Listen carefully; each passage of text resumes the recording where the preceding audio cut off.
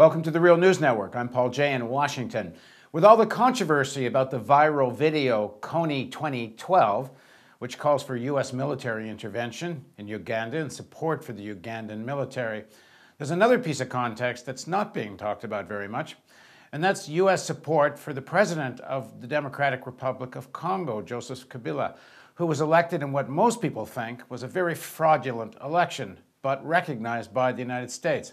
Now joining us to talk about that election and current situation in the Congo is Kambale Musavuli. He's a human rights activist, originally from the Democratic Republic of Congo. He's also the national spokesman for Friends of the Congo, and he joins us now from Washington. Thanks for joining us. Thank you, Paul. So talk about what happened during the elections and the whole U.S.-Congolese relationship.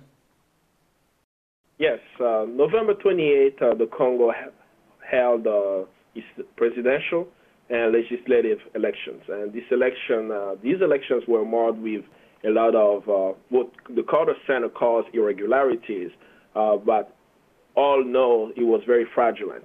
We had places that voted that had more than 100% voting. We had polling stations who were not counted. An example, one of the key cities, Kinshasa, 2,000 polling stations were not counted.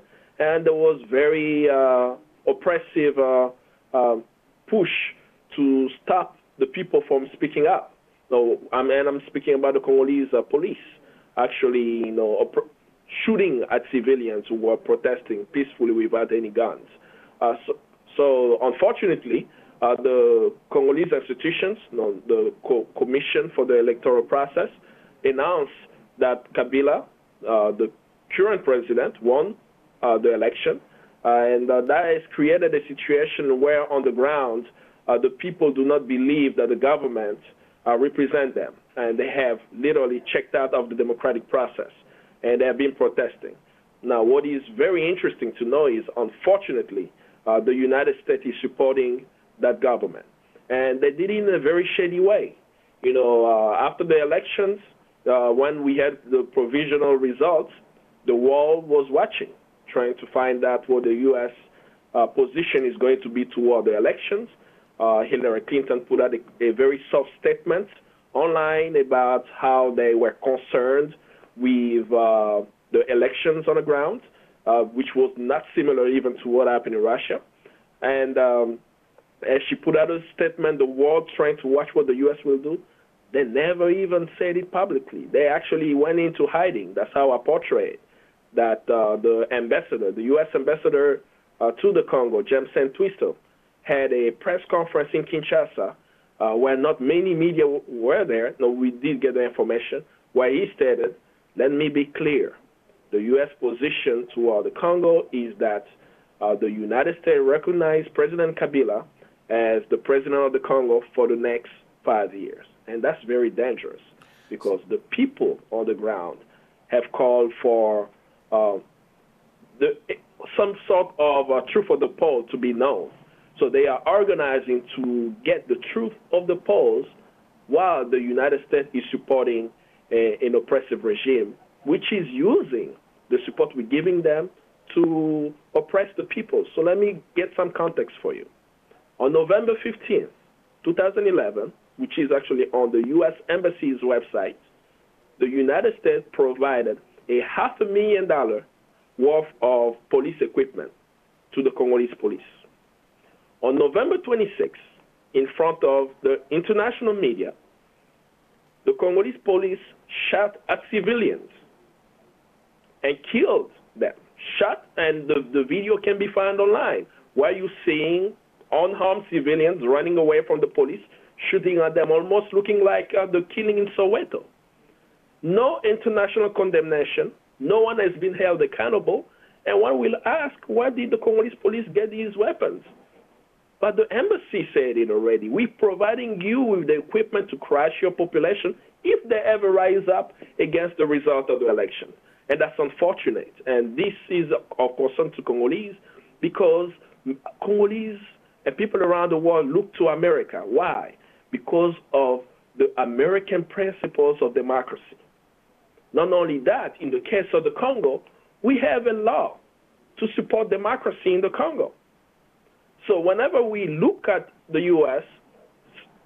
steering away from democratic principles and supporting oppressive regime, that's very concerning to us. Well, I guess U.S. policy essentially is if there's a pro-American government, the objective is stability. And if it's not a pro-American government, then there's some talk about democracy.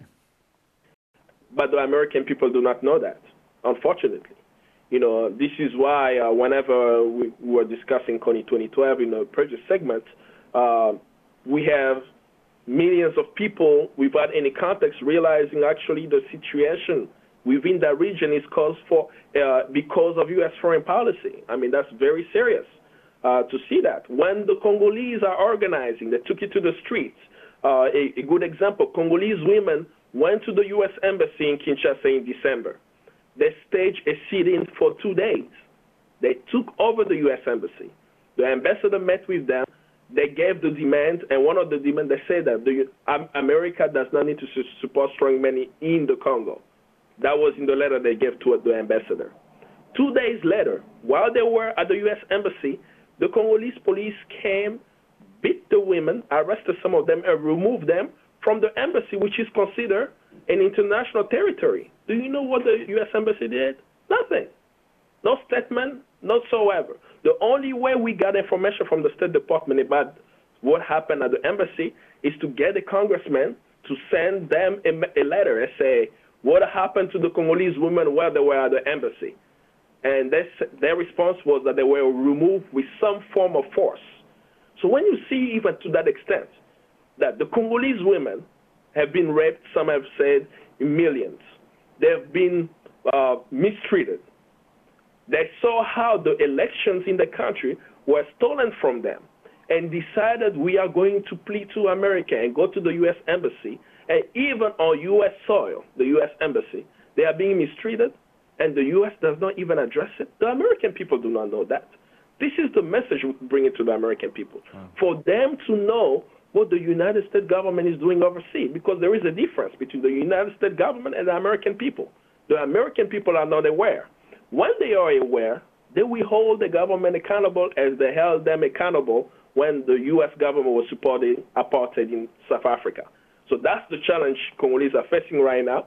They have any legitimate government that's ruling them that since they've been in power in December have been signing contracts.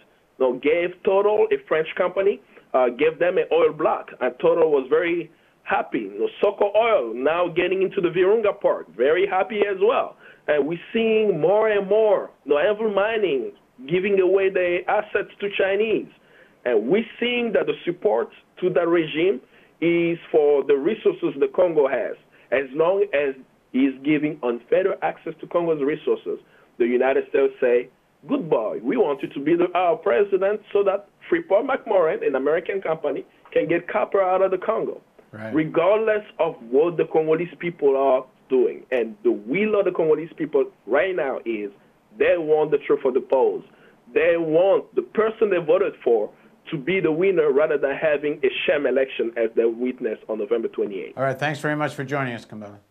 Thank you. And thank you for joining us on the Real News Network.